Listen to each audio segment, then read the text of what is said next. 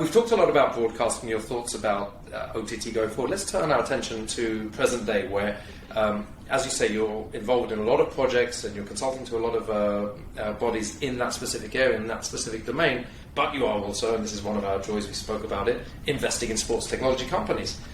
Tell us a little bit about your sentiments around that, around where sports tech is at the moment. You know, we've gone through...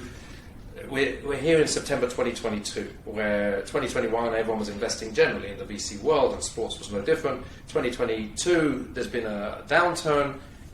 Do you see there being any risk to sports technology investment? Do you see what do you see for the next 2-3 years of it? Which are the main verticals that you think are going to really play out here? Well, I mean, first of all, there is a downturn now, obviously, although not necessarily, as far as I know, in quantity of investments, but in terms of the amounts being invested. And I think a lot of VCs recognize an opportunity that valuations are lower now because of the overall global financial situation, and they're taking advantage of that. Is it taking advantage, or is it just more correct? I mean, I'll be honest, some of the valuations that we were seeing last year just seemed ridiculous. Yeah. I mean, well taken. When people were talking about setting a valuation based on a multiple of revenues in 4 years, I was sitting there going, it's not like I'm that hugely experienced in investing. I've only been doing it for 3 years or so, but that seemed mad. You know, I feel like one of the things I like in Mindspring as well is all the partners are, you know, we're operators. We've all built businesses in our different verticals. And I think a business needs to make money, and sometimes in the investment world, you think, I'm a bit old-fashioned that way, you know. But sometimes you sit around the VC. I know. Seriously, you think, does anyone think needs to make money? It's like, we just need to make a raise. We just need to exit. And I'm like, this is crazy sometimes. So I actually see some of the down there, and I'm sorry to have interrupted you there, but I think that the valuations we're seeing today are much more logical and much healthier for the industry. No, you know, and you're 100% right there. And you know what in our partner discussions, partner meetings over the last before the war in Ukraine and before the global downturn, what was a recurring motif in our discussions? Is this going to be a bubble that's going to blow up?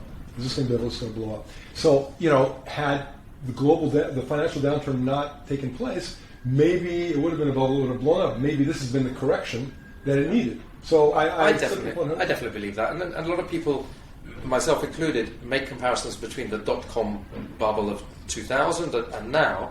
And one thing I think we need to remember is the dot-com bubble was basically saying, you know, all these internet investments back then. The internet continued and grew. It's not like it just exploded. What exploded was all the non-worthy investments. Right.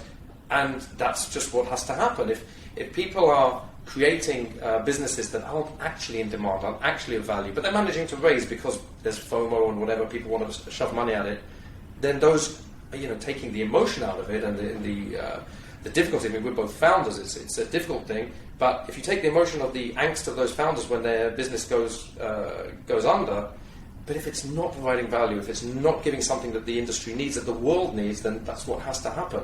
And the good companies will always survive, through a bubble or not. And that's what I think we're seeing now as well, is that the companies that will fall away are the ones that got over-invested and couldn't manage, or they didn't know how to execute, or bad luck. It could be a combination of all of those, you know. But the good companies, the ones that really provide value to this world and going forward, or a massive disruption, they will survive. Doesn't matter how overinflated the investment market is. No. I 100%. I agree with you. You're spot on there. And you know, I think we've seen a lot of. I mean, let's say in Israel, which you know is a quite a active sports tech environment. You know, we see so many different companies who come to us, or I wouldn't call them companies necessarily. They're somewhere between ideas and companies. You know, and we know that they are, you know, bringing solutions to problems that don't necessarily exist. Now, that's obviously a non-starter in most people's books, and it should be a non-starter. But I think, as you pointed out, sometime in one of our discussions, you know, Facebook was solving a problem that didn't exist either. Yeah. So, you know, it's really an interesting thing, and that's really the challenge I think we have here in terms of like trying to look at technologies that are going to be more and more dominant. I mean, it's hard for me to say because my orientation is more in terms of the video and content side, but that's a huge part of the whole sports tech revolution, I think. And I think so many technologies out there that enable our content to be more accessible. Obviously, short form content. I look at my kids who are sports fans, galore, and while they do like to watch a live game of their favorite teams, they don't have a problem missing it to do other things. And then, literally minutes after something happens, they find a way to access the highlight. Mostly, probably, not legally necessarily. But I think all technologies that can regulate that on the one hand, that can make it more accessible, that can make the whole viewer experience more interesting, which I think is something that is really one of the most interesting areas. Is like I think virtual overlays on OTT platforms to make it more engaging, crowd watching, additional feeds, the data that you can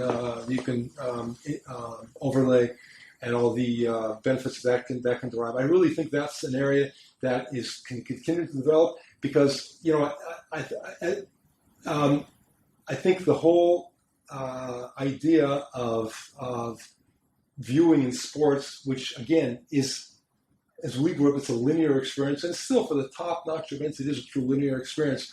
But the bread and butter of sports, the mass amounts of content, are going to need to be accessible in a very, very interesting, seamless way on the go. And I think a lot of things are accessible on the go, but you're going to have to make that experience something comparable to what the digital first generation experiences on other platforms. And it's Absolutely. Not an easy challenge. We're talking about live video and so on and so forth. But I think all of those technologies, and there are a lot of them out there that contribute to that, whether it be like, the WSCs of the world or various other stream layers, those types of companies who are all in that area. I think those are really going to be huge growth areas. And I think the whole, the ability to integrate, let's say, things that you're more familiar with, let's say from the betting industry, and gamification in general are also going to be offshoots of that technology, because they're going to be part of it and they're going to benefit from that as well. So those, I think, are the general technology. Again, from my orientation, from the areas that I purport to understand. Yeah.